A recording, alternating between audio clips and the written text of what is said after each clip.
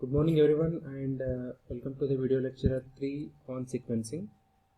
So in this particular lecture, we will be studying the Johnson's rule, the same Johnson's rule for n jobs on 3 machines. So in the previous video, we have discussed about n jobs on 2 machines. This is the n jobs on 3 machines. So 80% of the procedure is very same, only 20% is different. Okay, we will study what the 20% different is. Okay, so here whatever the problem is, the two conditions should satisfy, or at least one condition should satisfy out of the two conditions. Okay, what are those two conditions? So here is a condition: the maximum processing time on machine 2 should be less than or is equal to the minimum processing time on machine 1, or the maximum processing time on machine 2 should be less than or is equal to the minimum processing time on machine 3. So let us see how to apply these conditions and how to proceed to the problem with the help of an example. So with the help of example, we can easily understand how it is. Okay, a machine operator has to perform 3 operations: turning, threading and knurling on a number of jobs in that order. Determine the optimal schedule and the idle time for the 3 machines. Okay, so here what we need to find is the optimal schedule. We need to find, that is the best sequence possible. They have given the serial sequence, they have given 1 2 3 4 5 6.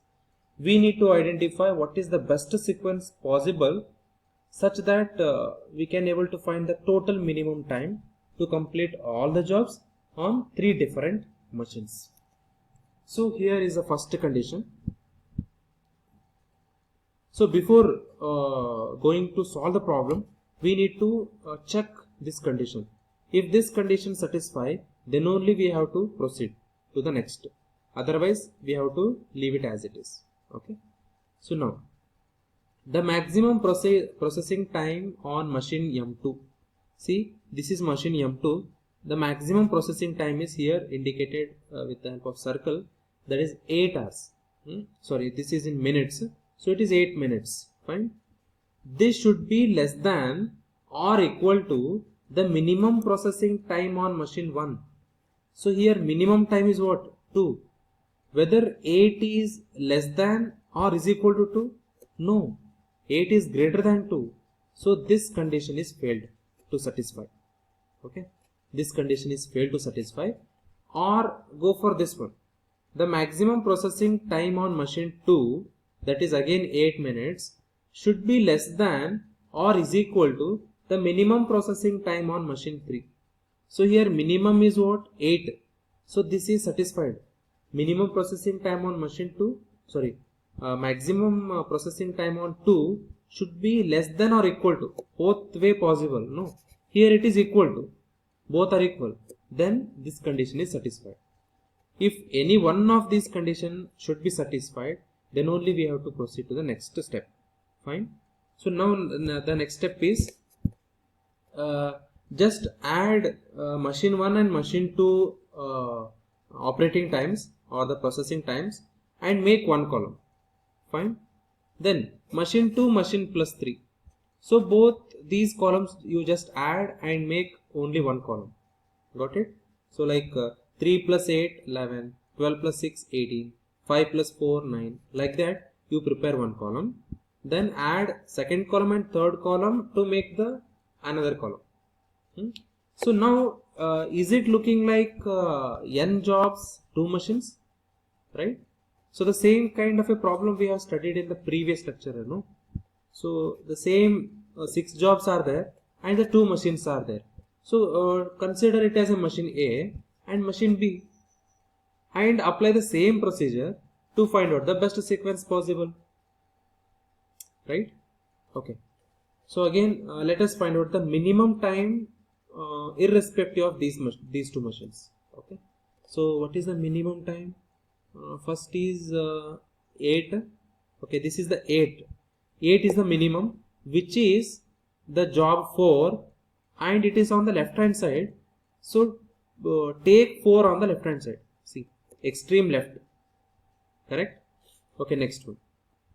After 8, next minimum time. It is again 9. Okay, 9. 9 is again on the machine A. So keep the job number 3 on the left hand side only again. Got it? Next. The next minimum is 11. 11 is the minimum. This is on the right hand side. Machine A is on the left hand side. Machine B is on the right hand side. So this particular minimum time we have got on the machine B, that is on the right hand side. Keep this particular job on the right hand side. That is 5. Okay. Okay, next. 11 is over. Then 8, 9, 11 is over. Okay. One more 11 is there. That is on the left hand side. 11. Sorry, 1. You keep that particular 1 left hand side. Sorry, this is actually wrong. Better you take this one here in the third column. Yeah, they have done a mistake here. So take 1 here. Fine. Okay. Then after this 11 is over. Then next minimum is 13. Sorry, 12. So there are two jobs actually. Already 5 is over. So take sixth one. Sixth one. 5 is already on the right hand side, already given. So take 12. That is the sixth job, which is on the left hand side. Take it on the left hand side. That is 6. So one column they have shifted towards right. So don't make any changes here. 4, 3, 1 actually. 1 after then 6. And 5 is on the right hand side already. See this table. Best sequence. This is the correct one. 4, 3, 1. Actually this 1 should come here. Okay. Then 6 is on the left hand side. 5 is already on the right hand side. See. Only vacant was 2 that you kept here. So now this is the best sequence possible we have got. Then again tabulate like this. So remove 1, 2, 3, 4, 5, 6 sequence and keep this sequence. And take the same table again. So this addition was just to get the best sequence possible. Okay. Okay, now so this is the new table, that is 4, 3, 1, 6, 2, 5. This is the actual best sequence. Then see, modify this all table such that fourth job, the fourth particular row which was there in the problem, that values should come here. And similarly 3, this 1, like that. So just go for summation then. Machine A total time is 42 hours. Machine B to complete all the jobs should be 28. Machine 3 to complete all the jobs is 69. Okay. So now let us find out the total time. Okay. So as I said in the previous video that you can make another column here, that should be processing time. Then it will be easy for you to addition. Okay. Right. So even if not, it is okay. Okay, first fourth job, it is on machine A. Let us go row wise. Fine. 0. Then fourth job on machine 1, that is 2 minutes. So 0 plus 2 is output is 2.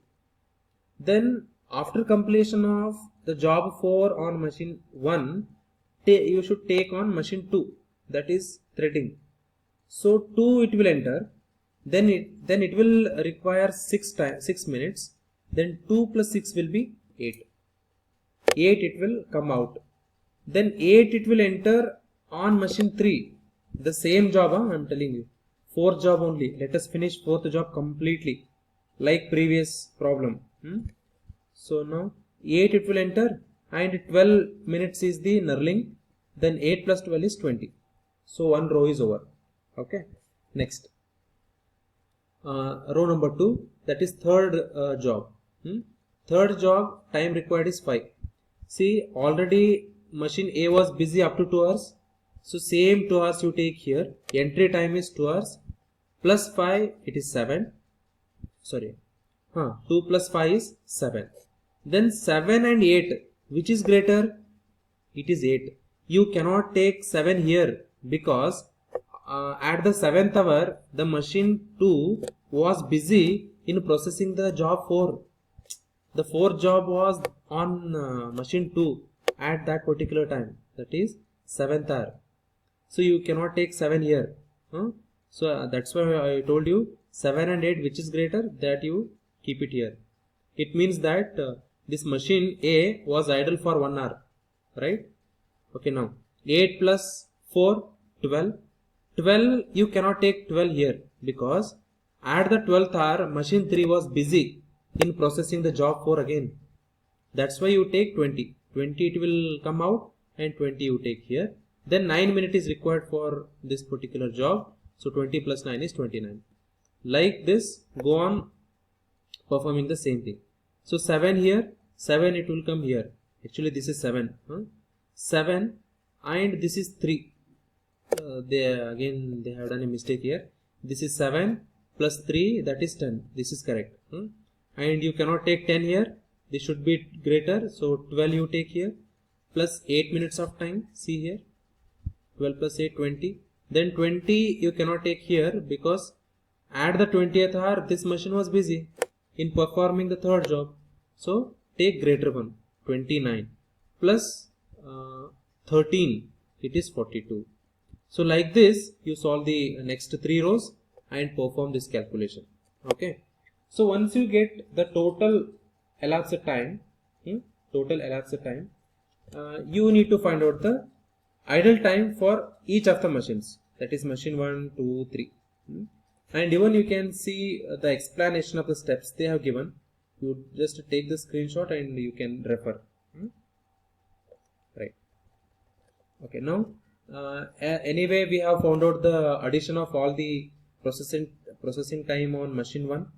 This is the total processing time of machine 2 and total processing time of machine 3. Then from this you need to subtract this to get the idle time of these particular machines one by one. Okay. So total time is 77 minutes. This is the last value is total time required to complete all the 6 jobs on 3 different machines. Okay. So now idle time of machine 1 will be 77 minus 42. That is total time minus the time required to complete all the jobs on M1. 77 minus 42, 35 minutes. And idle time of machine 2, how will you find out? Total time minus the processing time, that is 49 minutes. And idle time of machine 3, total time minus this time on machine 3, that is 69. Total is 8 minutes.